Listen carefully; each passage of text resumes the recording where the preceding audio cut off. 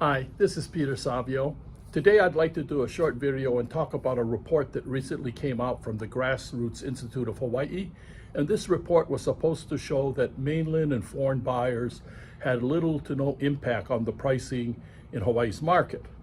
And their basis for this was, let's say 10 years ago the market was 30%, and today those buyers only make up 20%, but during this period prices went up, although the demand went down.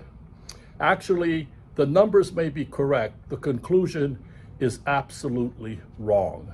And it's very important that we understand that it's wrong, because if the legislature or if our city councils rely on this report, they're going to make all of the wrong decisions to solve our housing crisis, and they're actually going to make our housing crisis worse.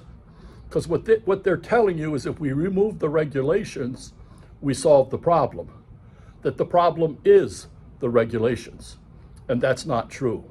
They are a contributor to the problem. The regulations are cumbersome, but they are not the problem. The problem is we've become an international market.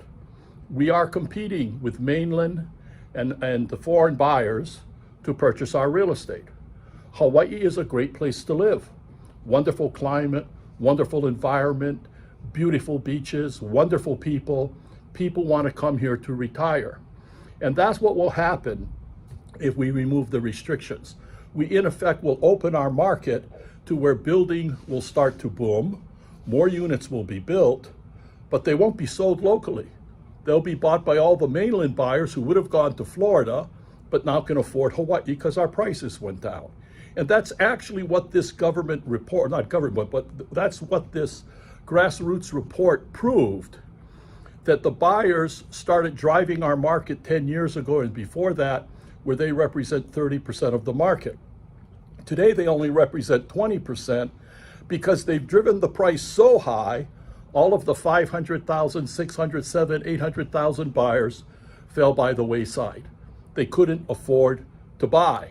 So now only the million or more buyers can afford to buy, and they're that 20% that still remains. So what they actually proved was that our market is going up, and as it goes up, people get dropped off, not only the local people, but also the mainland people. An interesting study was done about the same time by Maui County, and they came back and they broke their statistics down in a much better way, and they said, when you break it down, the local buyers pay around $420,000. The mainland buyers pay $1.1 million, and the foreign buyers will pay $1.2 million. So you can see what price ranges the different market is. Well, the local buyer's pretty much out of the market. He can't compete with all these other buyers.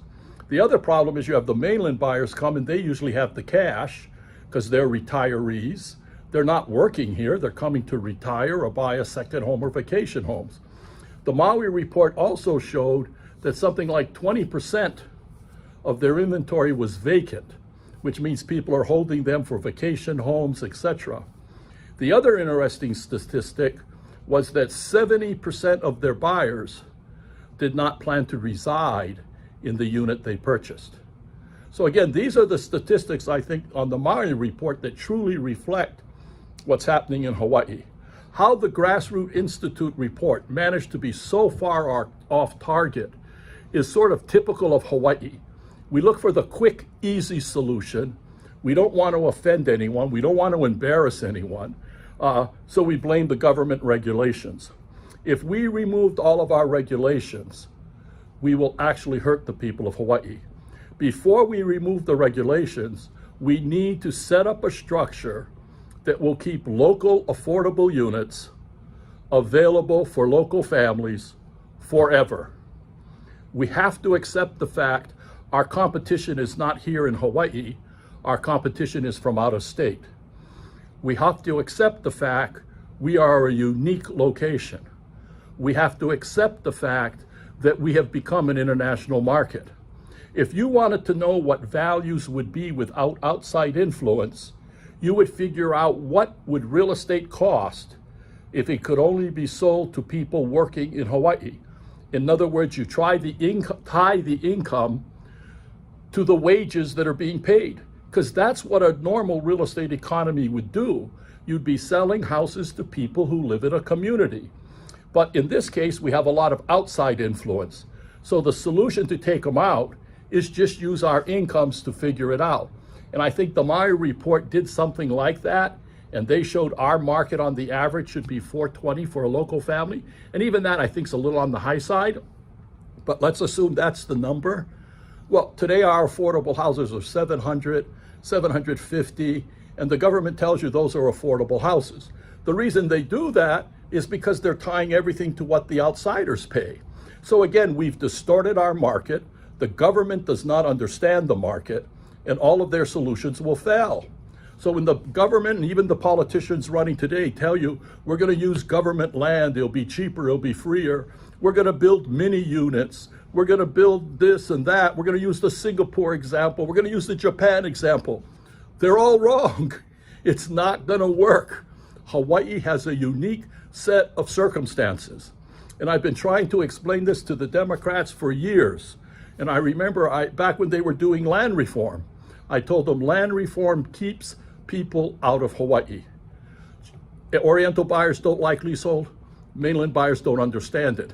If we get rid of leasehold, we need to replace it with something. And they listened, but they didn't do anything.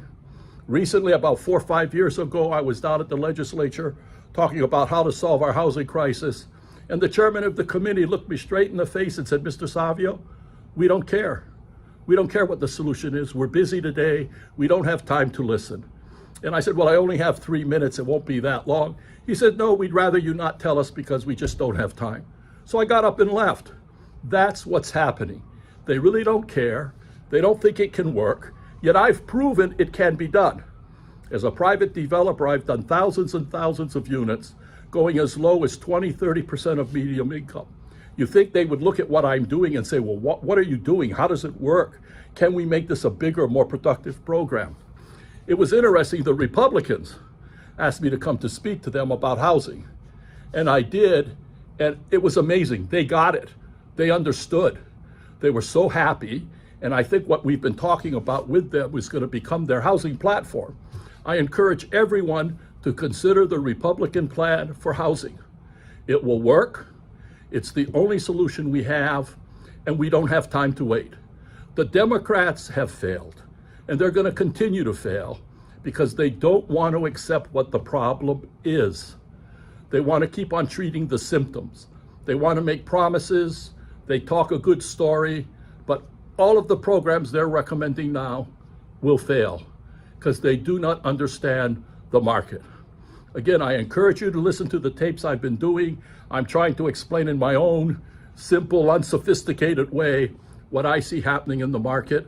And I really think this election is important, and it's up to each one of us to get involved because it's about our future and our children's future. Thank you so much.